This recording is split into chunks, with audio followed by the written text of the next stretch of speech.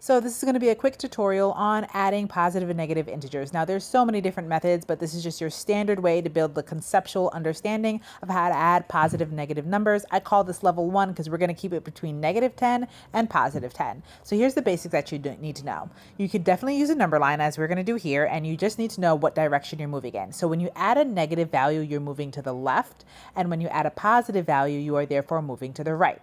So let's get started with our first example, looking at -4 plus 7. We're adding a positive number. So starting at -4, we're going to move 7 to the right, which brings us to 3.